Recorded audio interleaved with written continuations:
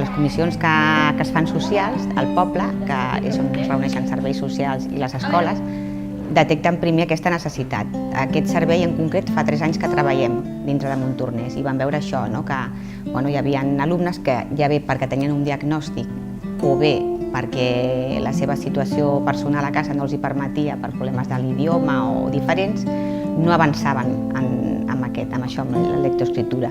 Llavors es va valorar com a molt positiu fer un reforç d'aquest tipus perquè els ajuda.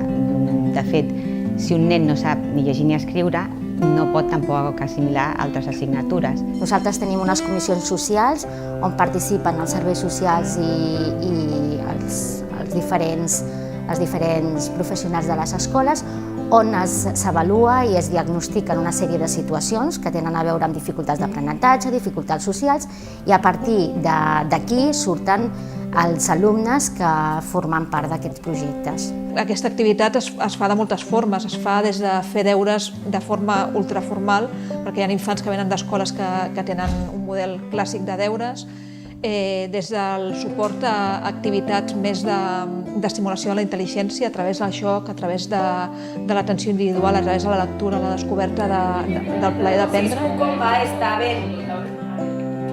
Quina B? ¿Amb la B baixa o amb la B alta? Aquí en el centro tengo 2 niños, uno que tiene 15 años y el pequeño que tiene 8. En teoría vienen a hacer deberes, pero los días que no tienen deberes, pues les ponen fichas. Por ejemplo, ellos como tienen relación con los profesores del colegio, pues se ponen de acuerdo en lo que fallan más, entonces les refuerzan esa materia. Toca directamente aquí. ¿Dónde?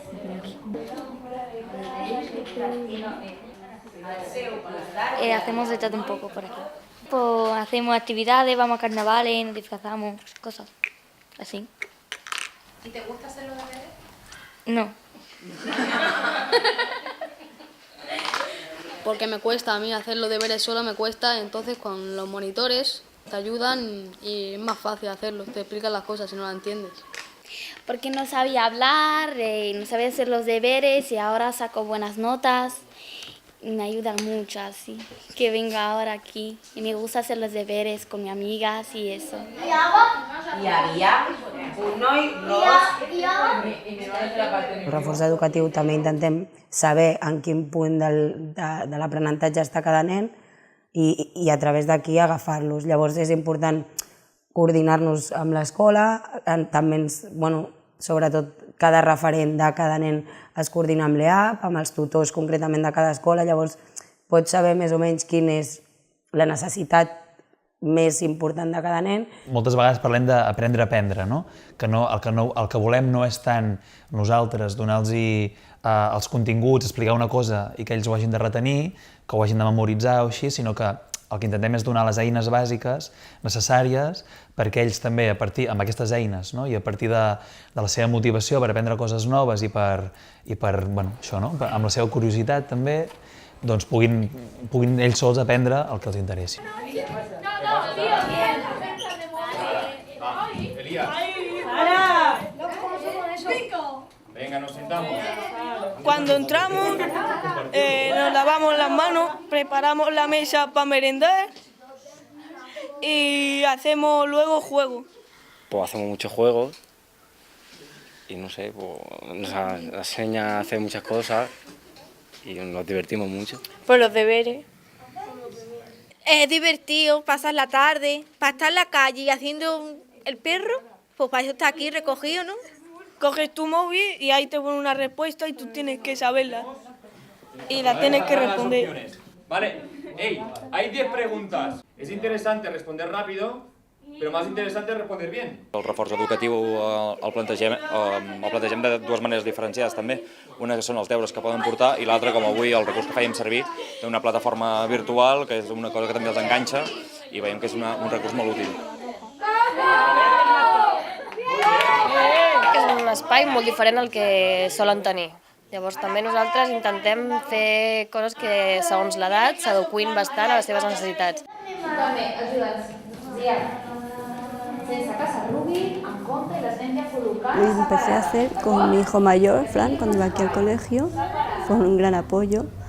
pero verdaderamente con la que lo estoy haciendo más es con Rocío, que llevará unos 2-3 años, y para ella ha sido muy bueno, porque ha subido mucho su nivel, aunque le cuesta, pero ella pone por su parte, y veo que está muy arropada por todo el mundo, y ella está haciendo muchos cambios buenos, tanto en escritura como en leer. Amb llapis, sí? I aquí sota que ja Fem tenim el pizzas. De la fe. Fem fichas. Leemos cuentos, hacemos feinas. Así aprendemos un poco, así. Després fem la letra P de lligada amb colors. I llegim.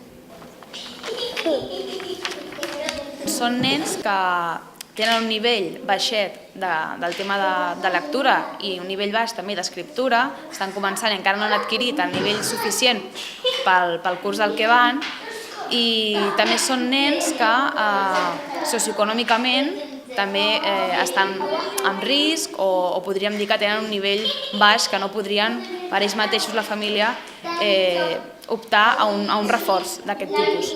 Quin mes? Al mes de gener, al mes de... Está empezando a hacer letra lligada, que hasta ahora no ha podido. Está empezando a leer. Está empezando a los números a hacerlos bien, a hacer su nombre. Y para mí es mucho. En casa, para que hiciera los deberes, tienes que estar todo el rato, venga, poner a hacer los deberes. Tienes que estar todo el rato detrás de ellos, nunca encontraban el momento. Y aquí llegan, se sientan, hacen sus deberes. Me ayuda mucho porque ahora sé dónde agarrarme. ¿A qué le puedo hacer para ayudarla? Y antes no lo tenía. Y con gente que está capacitada para eso. Porque yo en casa a lo mejor tengo problemas, a lo mejor me preguntan cualquier cosa y no sé qué responderles, ¿sabes? Y aquí pues están bien atendidos.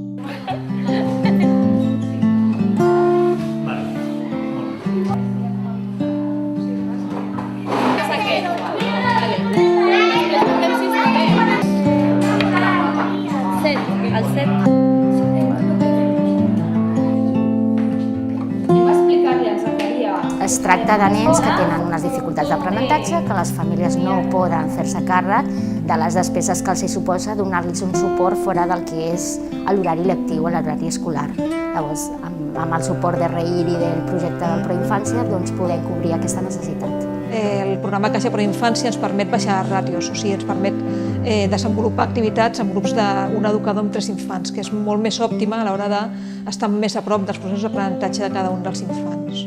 Es pot treballar molt bé per part de l'educador perquè són grups reduïts. Llavors, si un nen surt amb una bona base, doncs serà molt més beneficiós i molt més productiu per poder evolucionar de manera positiva amb el currículum escolar.